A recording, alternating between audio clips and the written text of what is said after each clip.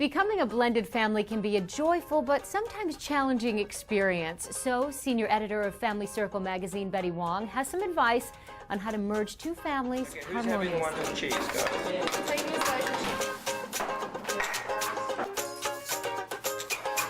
So blended families are actually more common than ever as divorce rates and the number of remarriages actually rise. And blended families account for more than half of all families in the United States. And this year alone, 1.3 million children will become members of a stepfamily.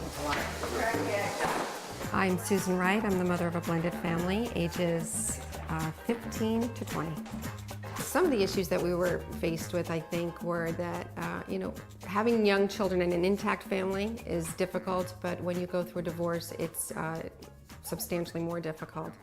And you have the typical issues that you would in an intact family. You have discipline, you have scheduling, you have sibling rivalry. All of those issues that you're faced with in an intact family, you're faced with in a blended family, but they become magnified because not only are you an intact, a mom and a dad here, or a mom and a stepdad, or what have you, you have the external forces, you have the exes on both sides. I think that term blended families has kind of more evolved, and people like to think in terms of, two families blending together harmoniously.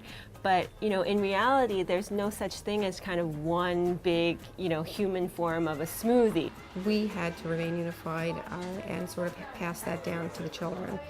I think, unfortunately, it is a very difficult thing to do because you have loyalty issues. Who's loyal to whom? And the children learn very early on how to play one against the other. So when we created our blended family, we decided that we were going to try to discipline all 5 children the same way and have the same rules for all across the board. So it's important to have those conversations early on before an issue arises, before your kid breaks curfew or disobeys a rule. And as it's important to maintain that level of conversation too. Have some family meetings whenever possible to work everything out. Holidays were big in our house, even though we had my stepchildren are being raised Jewish, my children are being raised Christian. We sort of tried to approach things from a non-religious but traditional perspective, more worldly perspective, if you will. And if there are certain traditions that you each side must have, taking turns definitely is a perfect solution. But it's also important that now that you are a new family to develop certain celebrations of your own, even new traditions and new celebrations that now are identified with your new family. So really the best part, I guess, is just seeing the kids get along and having and treating each other as true siblings would. I mean, that's what any parent would love.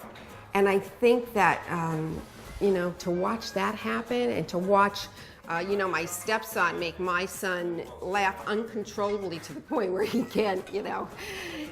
just is rolling on the floor, or to watch when one of them's hurt, run in and say, oh my God, come and help. I mean, those are really, really special moments.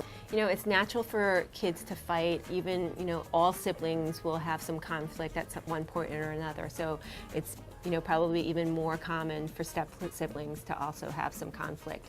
But no matter how they feel about each other, it's important that your children behave respectfully to each other. To people starting this adventure, I would say just be realistic.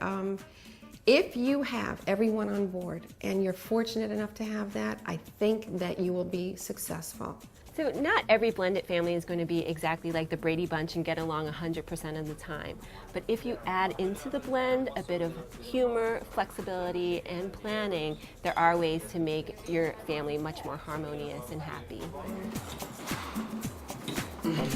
So as you just saw, blending families requires a little work on everyone's part, but the results can lead to a happy and satisfying new family environment. I'm Julie Auclair. Thanks for watching Parents TV, and we'll see you next time.